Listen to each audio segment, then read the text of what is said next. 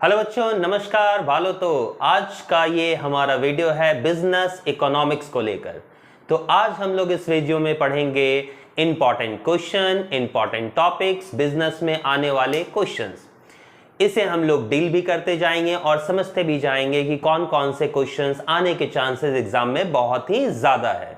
तो चलिए लेट ना करते हुए हम लोग स्टार्ट करते हैं आज का video.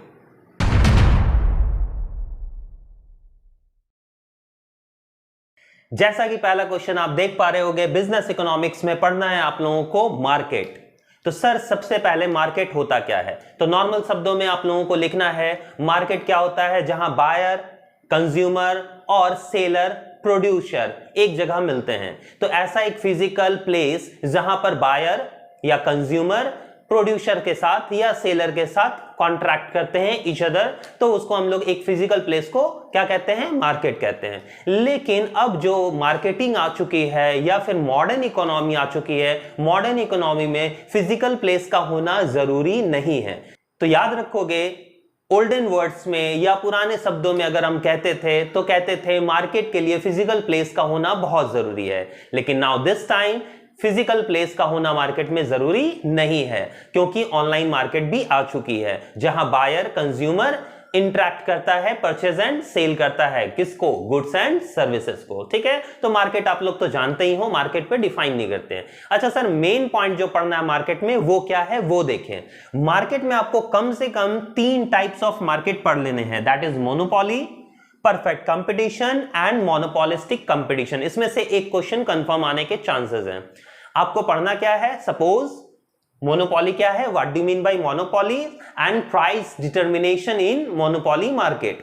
Same condition, what is perfect competition, price determination in perfect competition, और मोनोपोलिस्टिक कंपटीशन क्या होता है और प्राइस का डिटर्मिनेशन कैसे होगा मोनोपोलिस्टिक कंपटीशन में। तो मैं थोड़ा थोड़ा तीनों मार्केट को डिफाइन कर देता हूं ताकि आपके माइंड में थोड़ा बहुत रह जाए। ठीक, तो सबसे पहले हम लोग स्टार्ट करेंगे सर मोनोपोली से। मोनोपोली क्या होता है याद रखोगे। मोनोपोली लिखने का तरीका देखोगे, इकोनॉमिक्स में बहुत लार्ज स्केल पे आपको नहीं लिखना है, ठीक, टू द पॉइंट लिखना है। ये आपको बुक से डेफिनेशन भी पढ़ लेना है, मैं सिर्फ समझा दे रहा हूं। और अगर नहीं तो फिर जो मैं समझा रहा हूं अगर आपको समझ में आता है उन वर्ड्स में उसको भी लिख सकते हो। जैसे मोनोपोली, सबसे पहले आपको क्या लिखना है? Monopoly consist of 2 words, mono plus poly. Mono मतलब होता है सिंगल, पॉली मतलब होता है सेलर। तो जहां सिंगल सेलर हो, एक बेचने वाला हो, उसको हम लोग मोनोपोली कहते हैं। सर याद कैसे रहेगा? तो ध्यान से सुनोगे। मोनोपोली वहां पर होता है जहां फर्म बहुत ज्यादा नहीं होती है, सिर्फ एक होती है। ठीक, बेचने वाले एक होते हैं और बायर्स बहुत ज्यादा होते हैं। ठीक, मतलब सेलर कम, कम क्या 1 कह सकते हो क्योंकि मोनोपोली है। 1 seller many buyers, 1 seller many buyers monopoly का एग्जांपल है। ठीक, अच्छा यहां पर मोनोपोली में याद रखोगे प्राइस डिटर्मिनेशन कैसे होता है। तो प्राइस डिटर्मिनेशन में मोनोपोली में ये लोग प्राइस मेकर होते हैं, प्राइस मेकर, जहां परफेक्ट कंपटीशन में प्राइस टेकर होते हैं। ठीक है, मोनोपोली का तो मतलब समझ में आ गया आप लोगों को, सिंगल सेलर, एक बेचने वाला, तो वहां मोनोपोली होता है। और परफेक्ट कंपटीशन में क्या होता है? कंपटीशन है, हमारा एक दूसरे के साथ कंपटीशन है, जहां ये प्राइस मेकर ना होकर प्राइस टेकर होते हैं। सर कैसे, वो समझा दें, ध्यान से सुनोगे। मान लो मोनोपोली कहां होता है, मैं एग्जांपल के थ्रू बता रहा हूं। मान लो आप किसी गाड़ी से जा रहे हो, रास्ते में दूर दूर तक कोई दुकान नहीं है, एक दुकान आपको मिलता है पानी का। अब वो पानी की दुकान में आप गाड़ी रोकते हो और पानी उससे खरीदते हो। अगर वो पानी 10 रुपए का है और वो पानी वाला आपसे 50 रुपए चार्ज करता है, तो आप क्या बोलोगे? क्या भैया क्या लूट मचा रखे हो? तो ये लूट क्या है? लूट इज मोनोपोली। बोलते हो ना मोनोपोली बना लिए हो। हाँ भाई हाँ, ये मोनोपोली है क्योंकि हम यहाँ सिंगल सेलर हैं। वो दुकानदार क्या कहता है? भैया लेना है तो लो, नहीं लेना है तो ये भी खत्म हो जाएगा, दूसरा गाड़ी आके रुक गया है। आप लोग बोलते हो ठीक है भैया दे दो, लेकिन बाहर निकलते हो और बहुत सारी गालियां देते हो। तो ये क्या है? एग्जांपल मोनोपोली का एग्जांपल है, जहां वो प्राइस मेकर है। अच्छा मुझे बताओ, हम लोगों को कितना प्राइस उसने बताया? हम लोगों को प्राइस बताया सर 50 रुपए। हमने एक बॉटल पानी खरीदा 50 रुपए में। ठीक, अब आगे बढ़ते हैं। दूसरा गाड़ी रुका हमारे दोस्तों का और गाड़ी से हमारे दोस्त आए, भैया पानी कहां है? मैंने कहा उस दुकान में चले जाओ। अब ये लोग जाते हैं वहां तो तुरंत प्राइस क्या हो गया? 70 रुपए हो गया। अब वो कहता है कि हमारे दोस्तों को तो आपने 50 रुपए में पानी दिया, हमें 70 रुपए। फिर से दुकानदार का वही एटीट्यूड, लेना है तो लो, नहीं तो रास्ता नापो। क्योंकि जान रहा है यहां कोई दुकान नहीं है। तो यहां पर ये क्या होते हैं, प्राइस मेकर होते हैं। समझ में आ गया, प्राइस मेकर। ठीक, ये पॉइंट समझ में आ गया। अच्छा, परफेक्ट कंपटीशन। परफेक्ट कंपटीशन में क्या होता है, that they are price taker not a price maker. वो क्या होते हैं, प्राइस टेकर, क्योंकि कंपटीशन है, हर जगह पानी ही पानी बिक रहा है। ठीक, हर जगह कुछ ना कुछ सामान सिमिलर प्रोडक्ट बेच रहे हैं। ठीक, अब होमोजेनियस प्रोडक्ट होने की वजह से, सिमिलर प्रोडक्ट होने की वजह से अब क्या होता है, एक दूसरे में कंपटीशन हो जाता है। तो आप जाते हो दुकान में, भैया कितने का ये सामान, वो कहता है 100 रुपए का। बगल वाली दुकान में जाते हो, कितने का, बोलता है 100 रुपए का। बोलते हो बगल वाला तो 90 में दे रहा है। ठीक, तीसरी दुकान में जाते हो, कितने का, अच्छा प्राइस क्या हो गया, 100 से कितना हो गया, 90 हो गया। तीसरी दुकान में जाते हो, कितने का, अगर वो पहले ही 90 बताता तो आप बोलोगे कि 60 रुपया 70 रुपया, क्योंकि बगल वाला तो इतने में दे रहा है। अच्छा, बगल वाला भी सोचेगा कि वो तो चोर है, वो तो मुझे डुबाने के लिए कस्टमर्स को सस्ते दाम पर बेच देगा। तो वो क्या करेगा, कंपटीशन वाले मार्केट में आपको और सस्ता मिल जाएगा। तो कंपटीशन वाले मार्केट में दुकानदार प्राइस नहीं बताता, वहां कस्टमर जो प्राइस बताता है उसको वो टेक कर लेता है, इसलिए वो प्राइस टेकर होते हैं। समझ में आ गया। तो शॉर्ट में मैंने आपको बता दिया, मोनोपोली क्या होता है, मोनो प्लस पॉली मतलब सिंगल सेलर, एक बेचने वाला, जहां वो क्या होता है, प्राइस मेकर होता है। परफेक्ट कंपटीशन में क्या मैंने बताया, बहुत सारे लोग होते हैं बेचने वाले, सेलर्स, मैनी सेलर्स होते हैं, फ्यू बायर्स होते हैं, खरीदने वाले कुछ लोग, बेचने वाले बहुत ज्यादा लोग, सिमिलर प्रोडक्ट बना रहे हैं, सिमिलर प्रोडक्ट बेच रहे हैं। यहां पर ये क्या होते हैं, प्राइस टेकर, क्योंकि ये प्राइस नहीं बना सकते। समझ में आ गया, बाकी तो इसमें आप लोग पढ़ लोगे। अब बढ़ते हैं मोनोपोलिस्टिक कंपटीशन में। याद रखोगे, इसका डेफिनेशन आपको पढ़ लेना है, इसमें आपको इसके प्राइस डिटर्मिनेशन को पढ़ लेना है, और अगर आप ग्राफ बना पाओ तो ग्राफ बना सकते हो तो और भी अच्छा होगा इसमें। ठीक है, तो आप इसको पढ़ लोगे। मैं शॉर्ट में सारे नोट्स को सारे पॉइंट्स को डील करता चला जा रहा हूं, ध्यान से देखोगे। अब आते हैं monopolistic competition. Sir monopolistic competition, यहां मोनोपोली भी है और कंपटीशन भी है, सर ये कैसे हो गया? तो याद रखोगे, ये एक ऐसा कंडीशन होता है जहां मोनोपोली भी है और कंपटीशन भी है। सर कैसे, बात को समझोगे। हॉर्लिक्स देखे हो? हाँ सर देखे हैं। क्या है हॉर्लिक्स? हॉर्लिक्स एक हेल्दी ड्रिंक है। ठीक, मान लीजिए एक मार्केट में हॉर्लिक्स बेचने वाले सिर्फ मैं है। ठीक, मैं ही हॉर्लिक्स बेच रहा हूं पूरे मार्केट में, लेकिन उस मार्केट में दूसरे दुकानदार जो है वो क्या बेच रहे हैं, बॉर्नवीटा। तीसरा कौन क्या बेच रहा है, boost. Boost is the secret of I energy. ठीक है, कल जब एग्जाम देने जाओगे तो बूस्ट पी कर जाओगे और एकदम बूस्ट होकर जाओगे। तो याद रखोगे यहां पर क्या है, सर यहां पर जो कंपटीशन है, एक दूसरे के साथ कंपटीशन भी है, लेकिन क्योंकि हॉर्लिक्स बेचने वाले यहां कोई भी नहीं है तो मेरा मोनोपोली भी है। समझ में आ रहा है? इसी को कहते हैं मोनोपोलिस्टिक कंपटीशन। मतलब प्रोडक्ट तो सिमिलर होते हैं, होमोजेनियस होते हैं, लेकिन डिफरेंट होते हैं कंपनीज, या डिफरेंशिएट होते हैं एक दूसरे से। यहां परफेक्ट कंपटीशन में डिफरेंशिएट प्रोडक्ट नहीं थे, सिमिलर प्रोडक्ट थे, बट यहां क्या है, डिफरेंशिएट प्रोडक्ट है, एक दूसरे से अलग है, थोड़ा बहुत अलग है। जैसे आप देख पा रहे होगे कि यहां हॉर्लिक्स भी अलग है। अब जैसे मेरे दुकान में आता है कोई, बोलता है भैया हॉर्लिक्स कैसे, मैं बताता हूं 500 रुपीज केजी। ठीक, वो बोलता है सामने वाली दुकान वाला तो 400 में दे रहा है, तो मैं क्या करूंगा, थोड़ा सा स्माइल करूंगा और बोलूंगा ले लो, क्योंकि मुझे तो पता है यहां हॉर्लिक्स बेचने वाला कोई भी नहीं है। बात आगे समझ में? दैट इज मोनोपोली, क्योंकि हमको पता है यहां हम हॉर्लिक्स हम ही बेच रहे हैं। बट कहीं ना कहीं मुझे टेंशन ये भी होगा कि कहीं सामने वाली दुकान पर गया और वो बॉर्नवीटा चिपका दिया उसे, तो हॉर्लिक्स गया, मेरा बॉर्नवीटा वो ले जाएगा। समझ में आ गई बातें? तो यहां कंपटीशन भी है।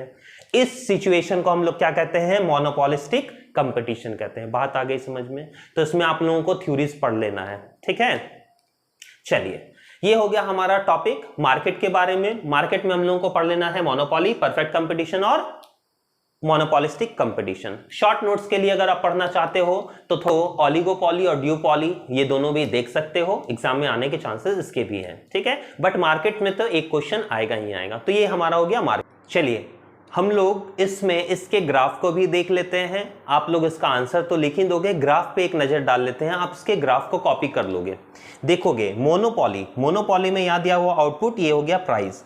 इसका ग्राफ अगर बनाओगे, प्राइस देखोगे, प्राइस मैंने बताया था मेकर, मोनोपोली बोला बॉटल का दाम 50 से 70 हो गया, ये प्राइस मेकर है।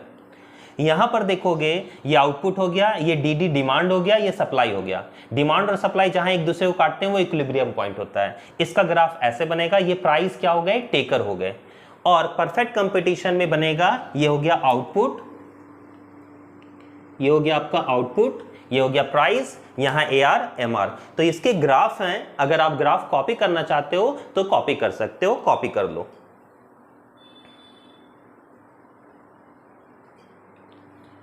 चलिए ग्राफ कॉपी करने के बाद अब हम लोग चलते हैं नेक्स्ट क्वेश्चन की ओर। तो नेक्स्ट हमारा क्वेश्चन है प्रोडक्शन पॉसिबिलिटीज कर्व और इंडिफरेंस कर्व। ये आपको जरूर से कर लेना है, ठीक।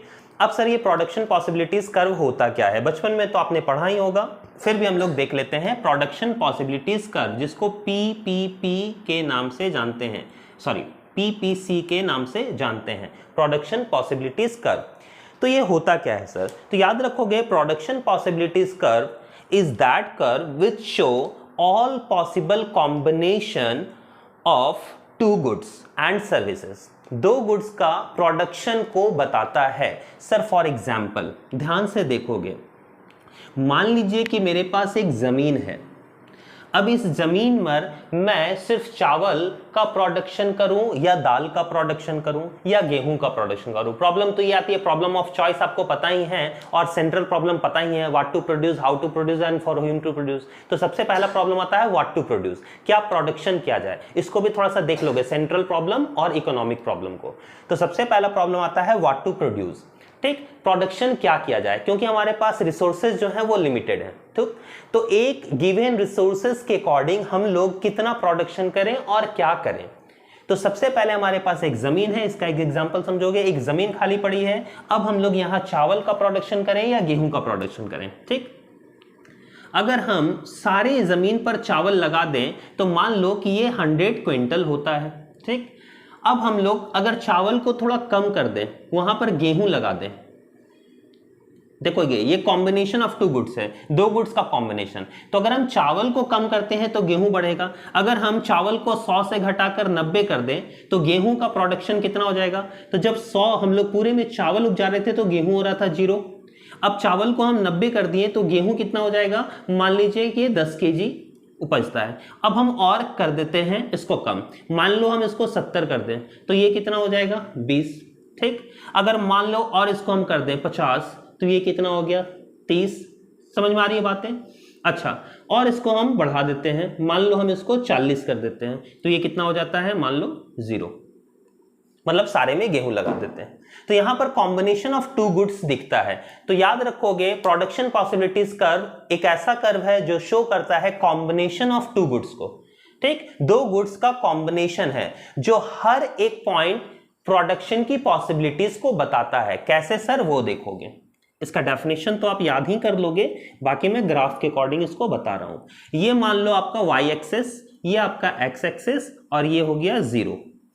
अब हम लोग यहां प्रोडक्शन करते हैं, ये हो गया चावल और ये हो गया गेहूं,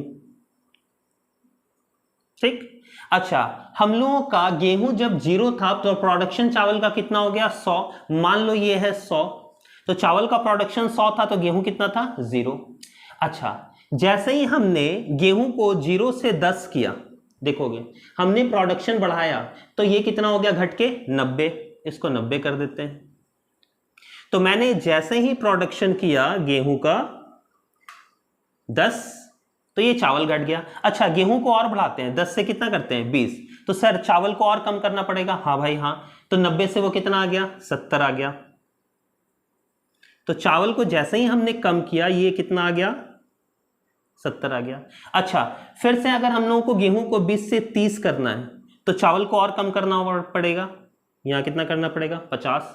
और फिर अगर हम इसको और बढ़ाते हैं 40 तो ये कितना हो जाता है? 0। देखोगे यहां से अगर आप देख पा रहे होगे तो हम लोगों का ये कर्व बना, ठीक।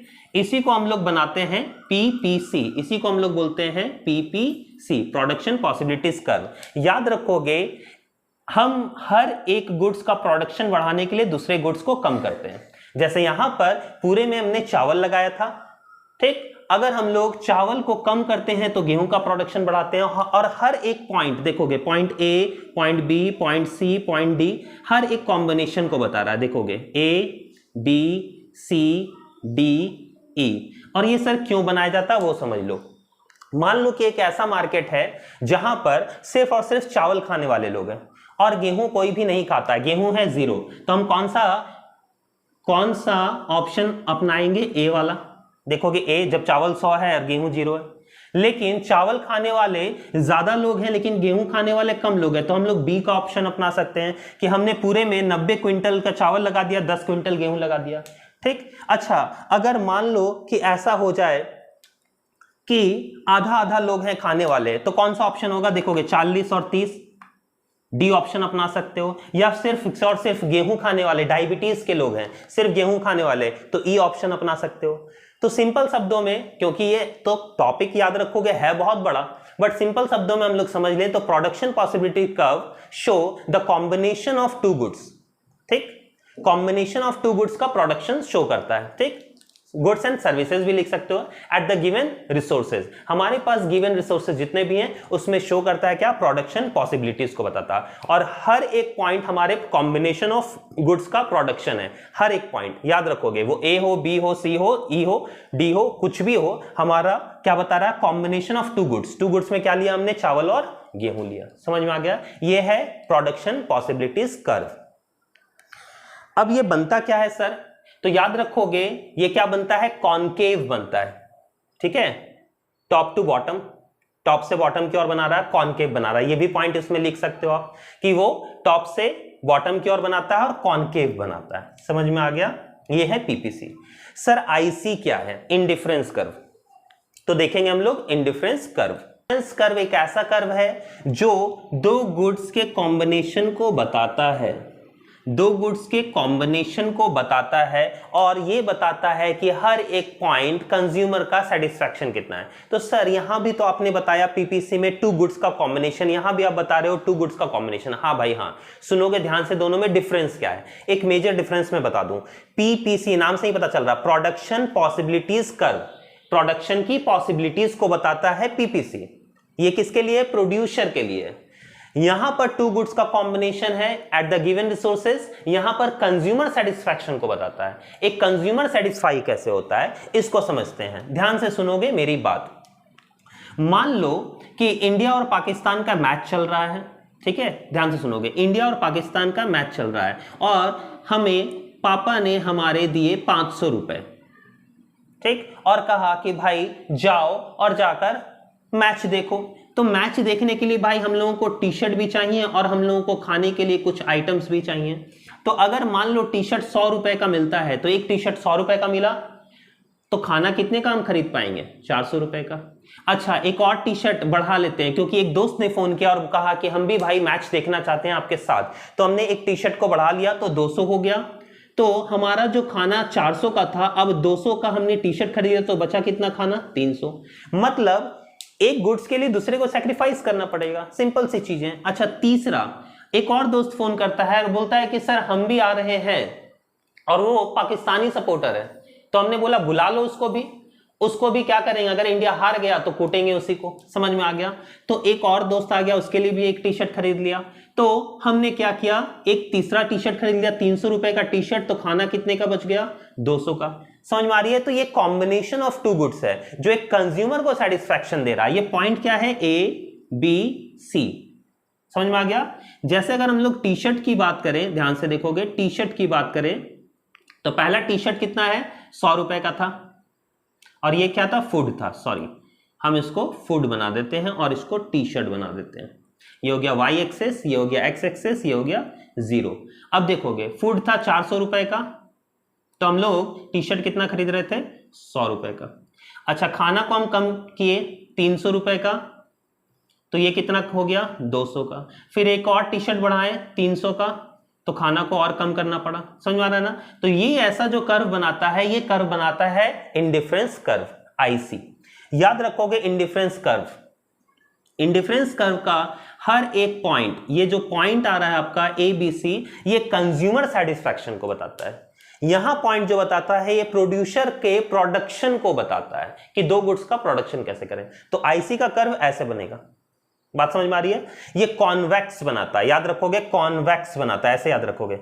ये कॉन्वेक्स बनाता है, ये कॉनकेव बनाता है, ये कॉन्वेक्स बनाता है।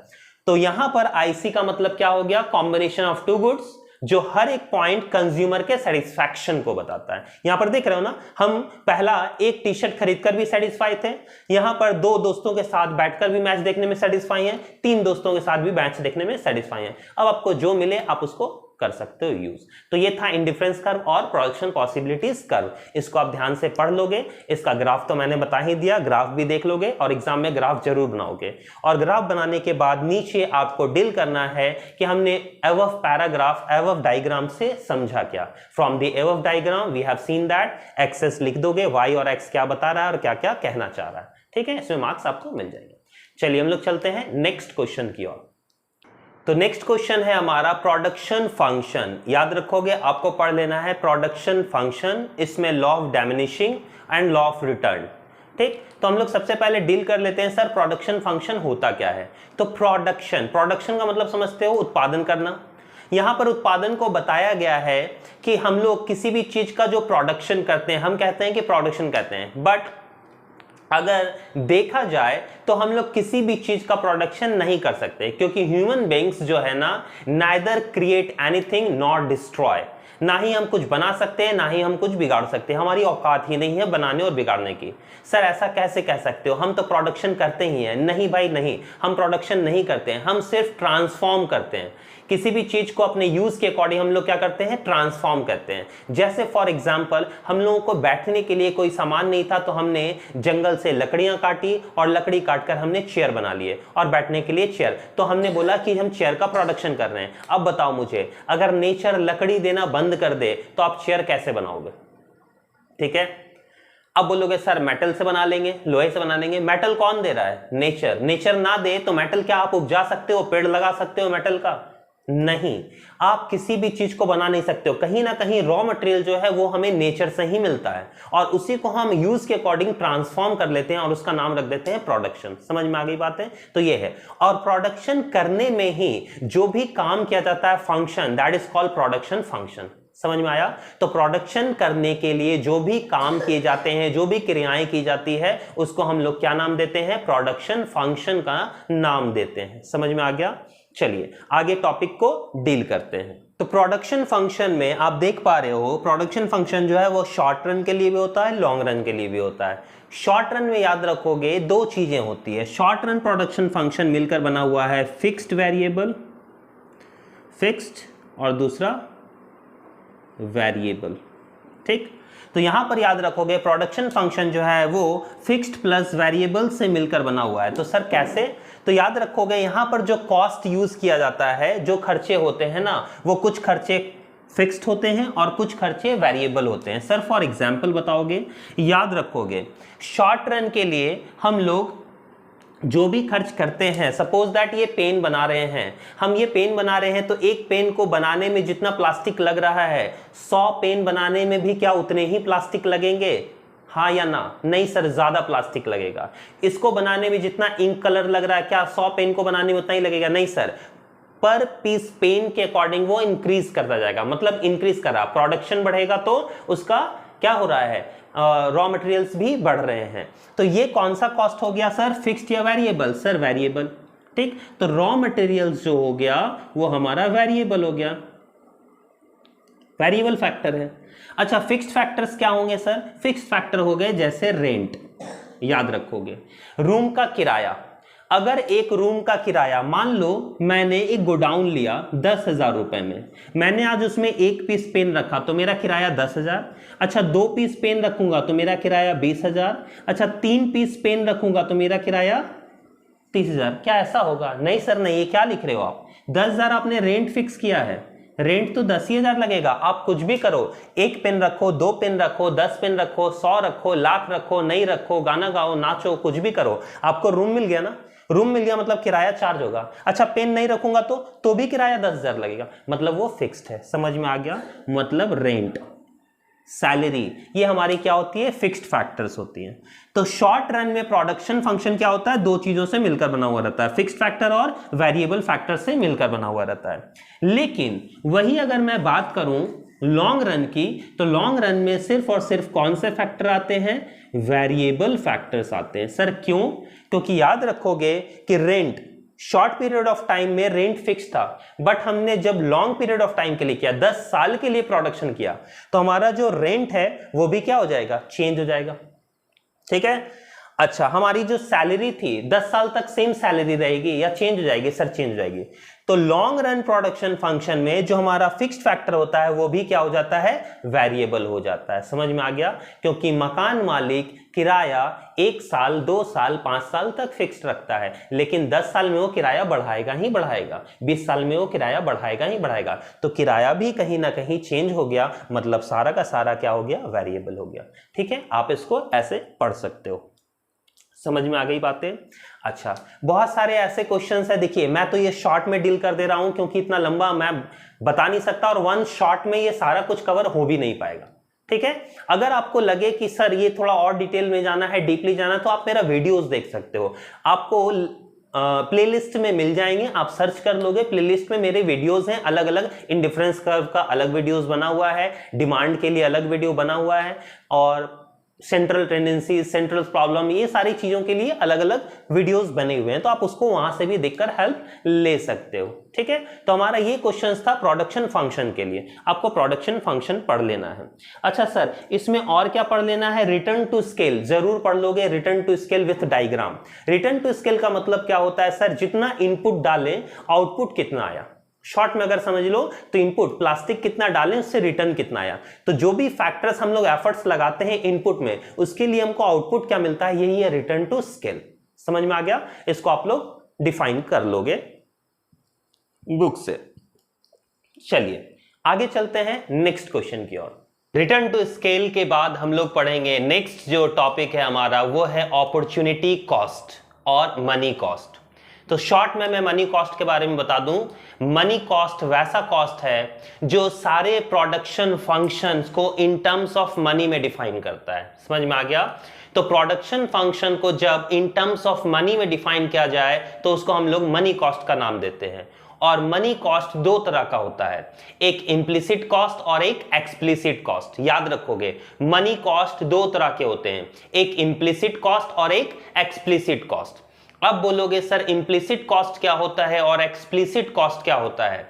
तो कभी भी प्रोडक्शन में जब खर्चे ओनर के खुद हों, जो बाहर वालों को पेड नहीं करना है, वो इम्प्लिसिट कॉस्ट है, और जो बाहर वालों को पेड करना है वो एक्सप्लिसिट कॉस्ट है। सर समझ नहीं आया, थोड़ा देहाती में समझाएं, समझोगे ध्यान से। सपोज कि मैंने कोई स्कूल खोला, ठीक? अगर मैंने कोई स्कूल खोला है और उस स्कूल में मैं खुद भी पढ़ाता हूं, ठीक है, हमारा पार्टनरशिप है, और उस पार्टनरशिप में मैंने उस स्कूल में पढ़ाना भी स्टार्ट कर दिया, तो क्या मुझे एज ए टीचर की सैलरी मिलेगी कि नहीं मिलेगी? हाँ भाई हाँ, मिलेगी। अब मुझे बताइए, अगर मेरा ही स्कूल है और मैं खुद वहां पर पढ़ा रहा हूं और मुझे सैलरी मिल रही है, तो मैं खुद को खुद सैलरी दे रहा हूं, तो ये कौन सा कॉस्ट हो गया? Implicit cost. अच्छा, उस स्कूल में और भी बहुत सारे टीचर्स होंगे? हाँ सर होंगे। अगर बाहर वाले टीचर्स को मैं पे कर रहा हूं तो कहीं ना कहीं मुझे आउटसाइड पे करना है, बाहर वालों को पे करना है। तो आउटसाइडर्स को जब हम मनी कॉस्ट पे करते हैं तो मेरा एक्सप्लिसिट कॉस्ट है। समझ में आ गया? तो इम्प्लिसिट मतलब इंटरनल का कॉस्ट, एक्सप्लिसिट मतलब एक्सटर्नल कॉस्ट। आप इसको बनाकर भी लिख सकते हो, इम्प्लिसिट मतलब इंटरनल कॉस्ट, एक्सप्लिसिट मतलब एक्सटर्नल कॉस्ट। इसको और थोड़ा डिफाइन कर लेते हैं। सर मान लीजिए कि उस स्कूल को मैंने किराए पर लेकर चलाया है, रेंट मुझे बाहर वालों को पे करना है, रेंट मुझे बाहर वालों को पे करना है, तो कौन सा कॉस्ट हो गया? Sir explicit cost. और अगर वो पूरा का पूरा मकान मेरा होता तो रेंट मुझे मिलता, तो वो कौन सा हो जाता? Implicit cost. समझ में आ गई बातें? अच्छा, इलेक्ट्रिसिटी बिल मुझे किसे देना है? खुद को देना है या बाहर वालों को देना है? सर बाहर वालों को। कौन सा कॉस्ट हो गया? Explicit cost. तो मनी कॉस्ट दो तरह का होता है, एक इम्प्लिसिट और एक होता है एक्सप्लिसिट। इम्प्लिसिट मतलब खुद को देना, ओनर्स जब खुद को पेमेंट करता है वो इम्प्लिसिट कॉस्ट है, और एक्सप्लिसिट मतलब वो आउटसाइडर्स को, बाहर वालों को पे करता है, ठीक? जो उसको पे करना ही है इन टर्म्स ऑफ मनी, वो एक्सप्लिसिट कॉस्ट है। ठीक, समझ में आ गई बातें? चलिए नेक्स्ट चलते हैं अपॉर्चुनिटी कॉस्ट की ओर, कि सर अपॉर्चुनिटी कॉस्ट होता क्या है? अपॉर्चुनिटी कॉस्ट क्या होती है? तो अगर आप इसका डेफिनेशन देखोगे तो कहता है opportunity cost is the value of the next best alternatives और ऑप्शंस। अपॉर्चुनिटी कॉस्ट मतलब ये होता है नेक्स्ट बेस्ट अल्टरनेटिव्स। आपको पता होना चाहिए अपॉर्चुनिटी क्या है जो चला गया। जैसे आप ये वीडियो देख रहे हो, आपने कोई टॉपिक मिस कर दिया, आपने स्किप कर दिया और वही क्वेश्चन आ गया कल, तो आप बोलोगे अरे ये तो मेरे लिए अपॉर्चुनिटी थी। तो बेस्ट नेक्स्ट अल्टरनेटिव जिसको हम लोग छोड़ देते हैं, फॉरगॉन अपॉर्चुनिटीज। याद रखोगे अपॉर्चुनिटी कॉस्ट क्या है, जिसको हमने छोड़ दिया। ठीक है, किसी को पाने के लिए किसी को छोड़ देना ही अपॉर्चुनिटी कॉस्ट कहलाता है। फॉर एग्जाम्पल समझोगे, मान लीजिए कि हमारे पास लकड़ियां थी, ठीक है, तो हम क्या क्या कर सकते हैं उससे। सर लकड़ियों से हम घर बना सकते हैं, ठीक। अच्छा, लकड़ियों से हम बेड बना सकते हैं, लकड़ियों से हम खाना पका सकते हैं, तो बहुत सारे यूजेस हैं। तो सबसे पहले हमने क्या किया, लकड़ियों से घर बना दिया, हमने एक घर तैयार किया, समझोगे, ठीक। अब हमने घर तो बना दिया, अब हम लोगों को हुआ क्या कि भाई खाना पकाना है, क्या किया जाए। तो हमने क्या किया, कुछ लकड़ियां हटाई और उसे जला दिया और जलाकर खाना बना लिया। समझ में आ गई बातें। खाना तो पका लिया, अब क्या करना है, नींद आने लगी। नींद आने लगी तो भाई किया क्या जाए, तो बेड बनाया जाए। अब मैंने क्या किया, बेड बनाना स्टार्ट किया और उस लकड़ियों से बेड बना दिया, सारे लकड़ियों से बेड बना के सो गया। अब क्या आई, बारिश आ गई। बारिश आ गई तो मैंने सोचा कि भाई मैंने बेड बेकार बनाया, अगर मैं घर ही रहने देता तो कम से कम बारिश तो नहीं होती। तो यहां पर मैंने सोचा मेरे लिए अपॉर्चुनिटी क्या था, घर, क्योंकि मैंने घर को छोड़कर बेड बनाना ज्यादा आसान समझा और ज्यादा सुविधाजनक समझा। तो याद रखोगे, जिसको पाने के लिए जिसको हम छोड़ देते हैं वो मेरा अपॉर्चुनिटी कहलाता है, अपॉर्चुनिटी कॉस्ट कहलाता है। ठीक है, इसको एक छोटे से और एग्जाम्पल के थ्रू समझते हैं। मान लो कि आप कहीं काम करते हो ए में, जहां आपको सैलरी मिल रही है 10,000 रुपए, आप यहां वर्क करते हो। आपको कंपनी बी ने ऑफर किया कि मेरे पास आ जाओ, मैं तुम्हें 20,000 सैलरी दूंगा। आपको कंपनी सी ने ऑफर किया कि मेरे पास आ जाओ, मैं तुम्हें 30,000 सैलरी दूंगा। और कंपनी डी ने आपको ऑफर किया कि मेरे पास आ जाओ, मैं तुम्हें 25,000 रुपए सैलरी दूंगा। ठीक है, तो आप काम कहां कर रहे हो, ए में। आप ए से छोड़कर कहां जाना पसंद करोगे, सी में। तो याद रखोगे, हम जिस चीज को छोड़ देते हैं, किसी को पाने के लिए जिसको छोड़ देते हैं, वो मेरा अपॉर्चुनिटी कॉस्ट है। तो याद रखोगे, यहां हम ए को छोड़कर कहां चले गए, सी के पास। तो हमारा अपॉर्चुनिटी कॉस्ट क्या होना चाहिए, आप लोग कहोगे ए, नहीं सर, हमारा अपॉर्चुनिटी कॉस्ट होगा डी। सर कैसे, याद रखो, हम अभी काम तो कर रहे हैं ए में और हम ए से ज्वाइन कहां करेंगे, 30,000 सबसे ज्यादा सी दे रहा है, इसलिए हम ए को छोड़कर कहां जाएंगे, सी में। लेकिन सोचो कि अगर सी नहीं होता तो फिर किसको ज्वाइन करते, आप किसको ज्वाइन करते, 25,000 वाले को ज्वाइन करते, मतलब डी को ज्वाइन करते। मतलब कहीं ना कहीं 30,000 को पाने के लिए आपने डी को छोड़ा है, ना कि ए को छोड़ा है, क्योंकि अगर आप यहां ज्वाइन नहीं करते तो आप यहां ज्वाइन करते। मतलब सी को ज्वाइन करने के लिए आपने डी को छोड़ा है। समझ में आ गया, best next alternative, best next alternative. समझ में आ रही है, इससे बढ़िया फिर क्या था, ये था ना। तो समझ में आ रहा है कि अगर हम लोग 30,000 को ज्वाइन नहीं करते तो हम क्या ज्वाइन करते, डी को ज्वाइन करते। तो मेरा, हम लोगों ने सी को ज्वाइन करने के लिए छोड़ा किसको है, डी कंपनी को छोड़ा है। तो मेरा अपॉर्चुनिटी कॉस्ट क्या हो जाएगा, डी। ये है अपॉर्चुनिटी कॉस्ट। ठीक है, समझ गए। तो आपको मनी कॉस्ट पढ़ लेना है, जिसमें एक्सप्लिसिट इंप्लिसिट कॉस्ट हो गया। आपको अपॉर्चुनिटी कॉस्ट पढ़ लेना है, रिटर्न टू स्केल पढ़ लेना है, मैंने पहले ही बताया। अब आगे बढ़ते हैं नेक्स्ट क्वेश्चन की ओर। चलिए, हमारा नेक्स्ट टॉपिक है माइक्रो एंड मैक्रो इकोनॉमिक्स, जो आप बचपन से पढ़ते आ रहे हो। देखिए, ये आने के चांसेस हैं, आप पढ़ लोगे, ऐसे भी बचपन में पढ़े हो। फिर से एक बार हम लोग रिपीट कर लेते हैं, माइक्रो मैक्रो होता क्या है। माइक्रो मतलब होता है आई इंडिविजुअल, ए फॉर एग्रीगेट।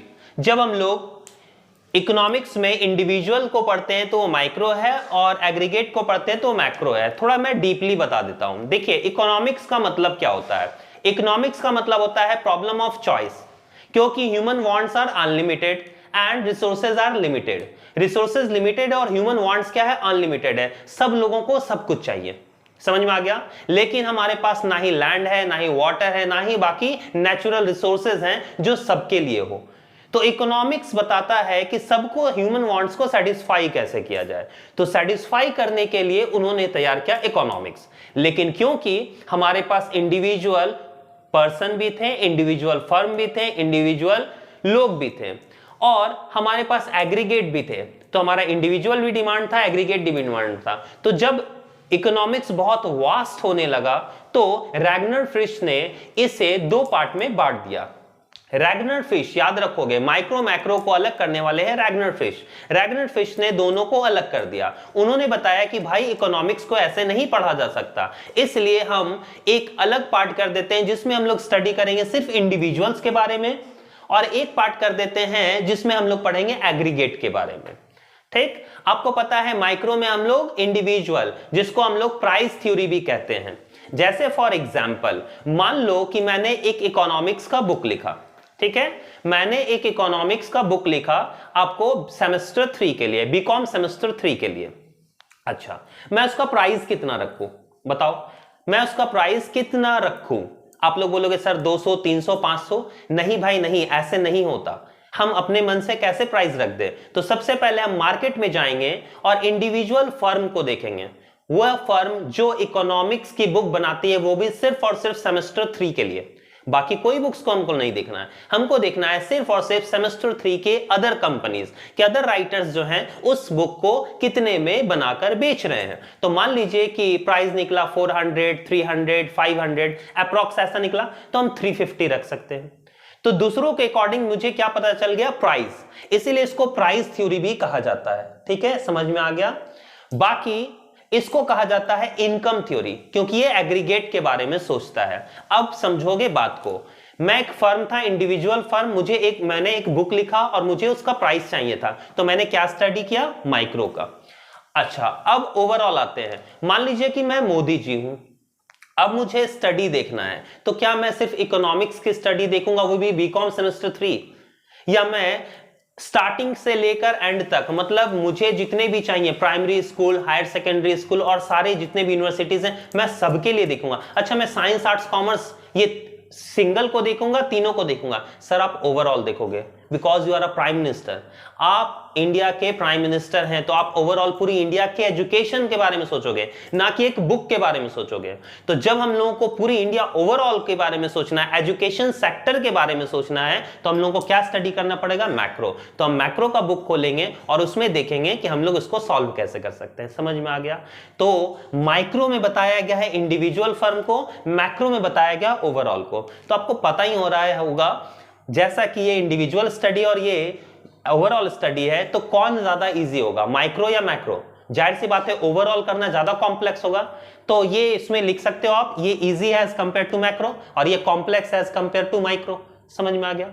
तो पहला तो हो गया इंडिविजुअल स्टडी, एग्रीगेट स्टडी। ठीक, इसमें लिखोगे इसके कंपोनेंट है इंडिविजुअल डिमांड, इंडिविजुअल सप्लाई, इसमें एग्रीगेट डिमांड, एग्रीगेट सप्लाई। इसको प्राइस थ्योरी के नाम से जाना जाता है, इसको इनकम और एम्प्लॉयमेंट थ्योरी के नाम से जाना जाता है, क्योंकि ओवरऑल देखना पड़ता है। समझ में आ गया? ये कंपैरेटिवली इजी है एज अ मैक्रो और ये कंपैरेटिवली कॉम्प्लेक्स है एज अ मैक्रो।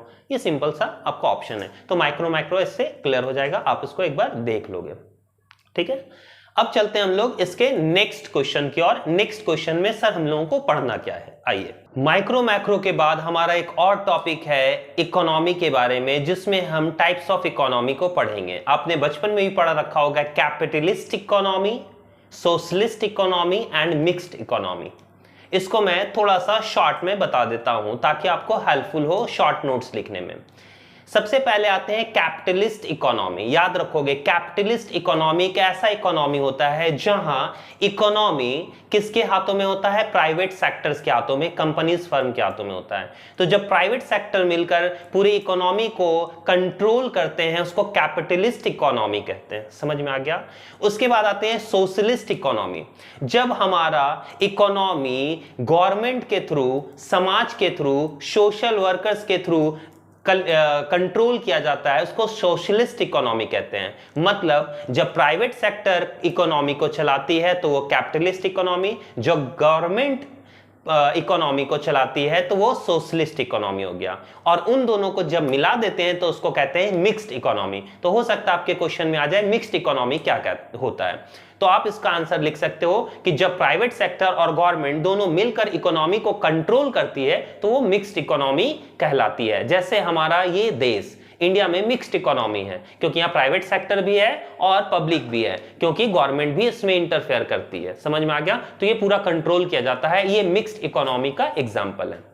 तो हमारा एक और क्वेश्चन है मिक्स्ड इकोनॉमी, आपको इसको भी पढ़ लेना है और इंडिया में मिक्स्ड इकोनॉमी कैसे क्या है उसके बारे में भी आपको पढ़ लेना है। ठीक, बात आ गई समझ में? चलिए चलते हैं नेक्स्ट टॉपिक की ओर। अब हम लोग नेक्स्ट पढ़ने जा रहे हैं डिमांड। तो सर डिमांड होता क्या है? जनरली आप लोग कहोगे कि डिमांड मतलब होता है सर मांग, चाहत, इच्छा। तो याद रखोगे आंसर आपको लिखना कैसे है। आंसर ये नहीं लिखना है कि डिमांड का मतलब होता है चाहत, इच्छा, ये नहीं। क्योंकि अगर डिमांड का मतलब चाहत और इच्छा होता तो फिर समझोगे, मैं एक छोटा सा एग्जाम्पल देता हूं। फॉर एग्जाम्पल मान लीजिए कि मैंने एक कंपनी स्टार्ट की है, मैं कार बनाता हूं। ठीक, अब मुझे बताओगे इंडिया में ऐसे कितने लोग होंगे जिनको कार नहीं खरीदना? सर लमसम अगर देखा जाए तो सभी लोगों को कार खरीदना ही खरीदना है। अच्छा, सभी लोगों को कार खरीदना है तो मतलब डिमांड सारे लोगों का, क्योंकि चाहत है, उनकी इच्छा है कार खरीदने की। तो क्या मैं पूरी 121 करोड़ कार बना दूं? जितने लोग हैं उतनी कार बना दूं? नहीं सर, ऐसा कैसे? तो सर कैसे हम लोग देखेंगे। तो अगर आंसर आप लिखना चाहते हो डिमांड का, तो याद रखोगे डिमांड का आंसर लिखना कैसे है। Demand consist of 5 things. ठीक, डिमांड कंसिस्ट ऑफ 5 थिंग। सबसे पहला लिखोगे डिजायर, डिजायर ऑफ गुड्स। तो डिजायर ऑफ द गुड्स, सबसे पहला लिखना आपको इच्छा। डिजायर मतलब होती है इच्छा। कितने लोगों को चाहिए? सब हाथ खड़ा करो, सारे लोग आगे, आपने लिख दिया। तो पहला लिखोगे demand consist of desire of the goods. फिर दूसरा लिखोगे ability to buy, ability to buy मतलब एबिलिटी, आपके पास हैसियत है खरीदने की, आपकी औकात है खरीदने की तो आप खड़े रहें। अगर आपके पास पैसे नहीं है, हैसियत नहीं है तो आप घर जाएं। तो सबसे पहले सारों से पूछा गया इच्छा है, सब बोले हाँ। अब मैंने पूछा पैसे हैं, एबिलिटी है आपकी खरीदने की, हैसियत है, कुछ लोग बोले नहीं हम तो गरीब हैं। तो मैंने कहा ठीक है नमस्ते, आप घर जाइए। तो जिनके पास इच्छा भी है, जिनके पास एबिलिटी भी है, वो रुके। आगे मैंने पूछा विलिंगनेस है, विलिंगनेस टू बाय। ठीक, अब सर विलिंगनेस क्या है? तो समझोगे विलिंगनेस का मतलब होता है आपके पास पैसा तो होता है लेकिन बहुत सारे लोग खरीदना नहीं चाहते, बहुत सारे लोग मक्खी चूस होते हैं। ठीक है, मतलब सर इच्छा तो है, पैसे भी हैं, लेकिन हम खरीदना नहीं चाहते हैं, तो उसको कहते हैं विलिंगनेस। आपकी खरीदने की इच्छा ही नहीं है क्योंकि आप मक्खी चूसो, आप बोलते हो कि हम लोग लिफ्ट लेकर काम चला लेंगे। तो मैंने पूछा कि आपके पास इच्छा है, बोले हाँ। मैंने बोला हैसियत है, पैसे है, बोले हाँ। मैंने बोला मक्खी चूस तो नहीं हो, बोले नहीं। तो मैंने बोला खड़े रहो और जितने मक्खी चूस हैं वो घर जाए। समझ में आ गया? तो demand consist of desire of the goods, ability to buy, willingness to buy at the given price. ठीक, अच्छा मेरी कार जो है ना वो 10 लाख की है। मैंने पूछा आपके पास इच्छा है, बोले हाँ। मैंने बोला एबिलिटी, पैसे है, बोले हाँ। मैंने बोला विलिंगनेस है, खरीदना चाहते हो, मक्खी चूसते हो, बोले नहीं नहीं नहीं। मैंने बोला 10 लाख की कार है। तो कुछ लोगों ने कहा 7 लाख की कार हम खरीदना चाहते हैं, 6 लाख की कार। मैंने बोला आप घर जाओ, मैं बना रहा हूं 10 लाख की कार। जितने लोग खरीदना चाहते हैं, बहुत सारे लोगों ने कहा हाँ 10 लाख की कार खरीदना चाहते हैं। मैंने बोला रहो। And the last one at the time period.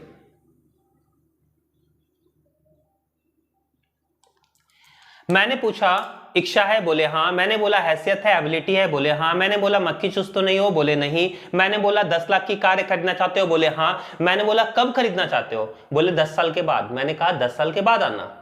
जो अभी खरीदना चाहते हैं वो खड़े रहे। तो 5 क्राइटेरिया पार करने के बाद जो लोग बचेंगे वही मेरा डिमांड होगा, क्योंकि they are ready to buy, वो खरीदने के लिए बिल्कुल भी तैयार हैं। तो डिमांड में लिख दोगे आप demand consist of 5 thing, desire of the goods, ability to buy, willingness to buy at the given price at the given time period. समझ में आ गया? और ऐसे आप फ्लो चार्ट भी बना सकते हो, इससे आपके मार्क्स और फ्लो करेंगे। समझ में आ रही है बातें? तो ये है आपका डिमांड। अब इसी में आपको पढ़ना है लॉ ऑफ डिमांड। तो लॉ ऑफ डिमांड तो जानते ही हो, लॉ ऑफ डिमांड क्या कहता है, when price increases demand will decreases and vice versa. कोई भी वस्तु, कोई भी कमोडिटीज का प्राइस अगर कम होगा, अगर वो सस्ता होगा तो उसका डिमांड क्या होगा, बढ़ेगा, और महंगा होगा तो डिमांड कम होगा। ये तो आप जानते ही हो, ये कहलाता है लॉ ऑफ डिमांड। और इसी में आता है एक इलास्टिसिटी ऑफ डिमांड, जो आपको क्वेश्चन पढ़ना है।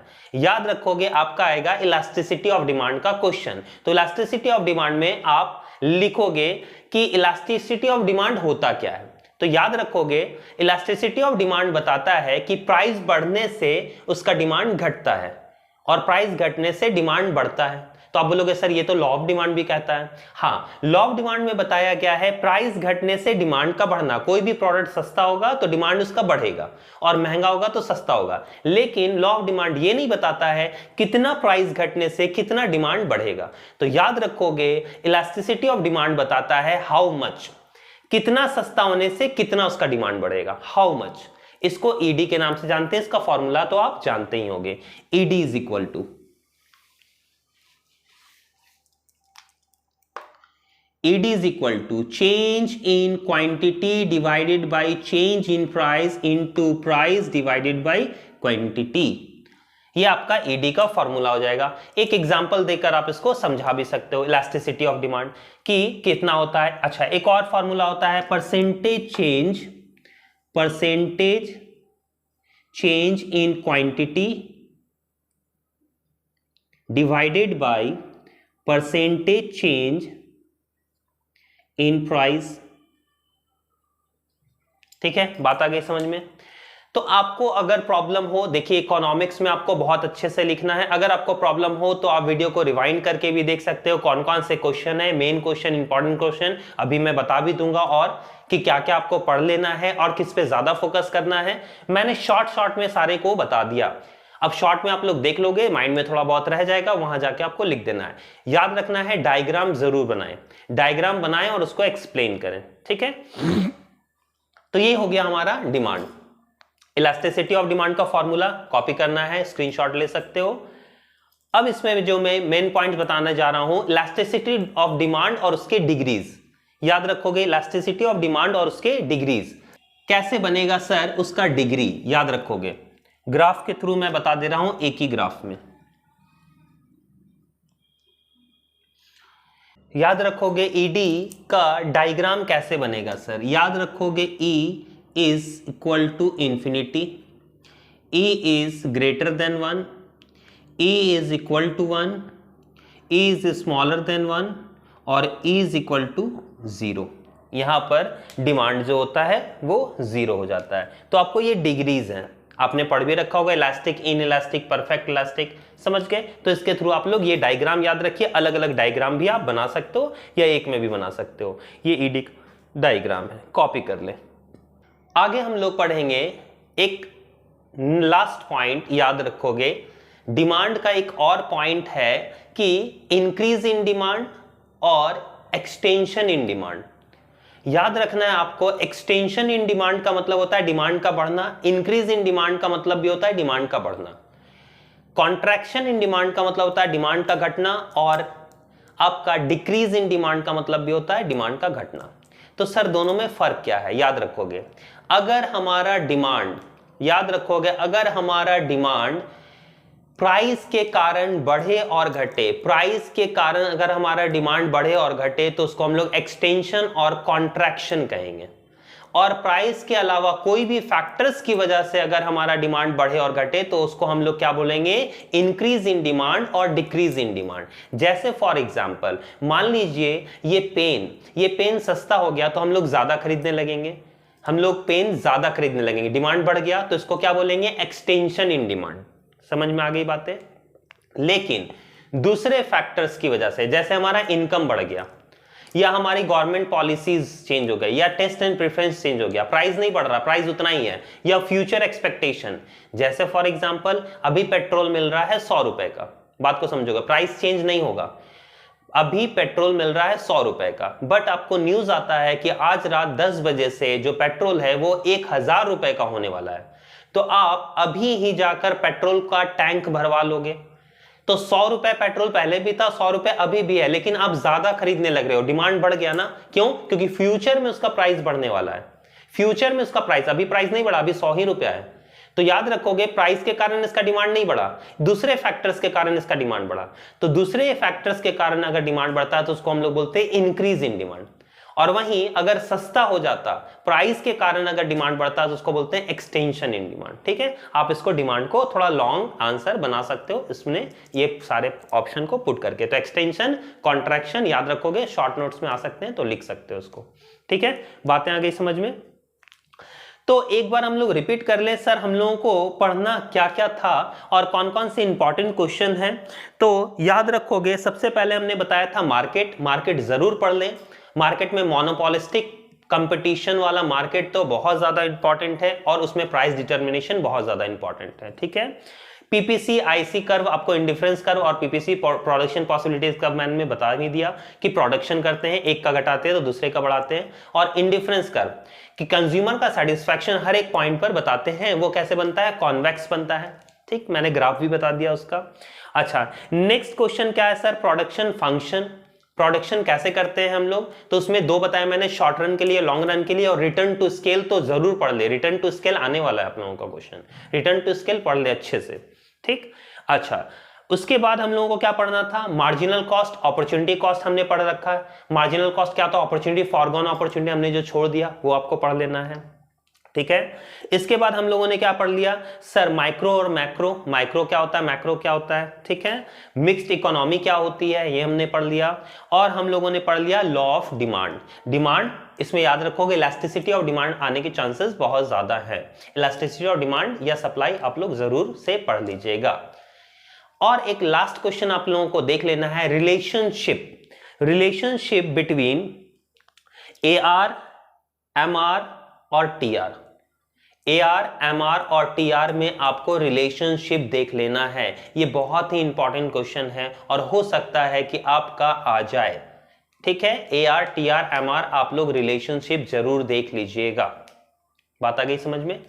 चलिए, relationship between AR, TR, MR मैंने बताया भी था, हम लोग देख लेते हैं। इसमें याद रखोगे, इसमें रिलेशनशिप का ग्राफ आपको ऐसे बना लेना है। ये हो गया TR टोटल रेवेन्यू, ये हो गया एवरेज रेवेन्यू, ये हो गया मार्जिनल रेवेन्यू।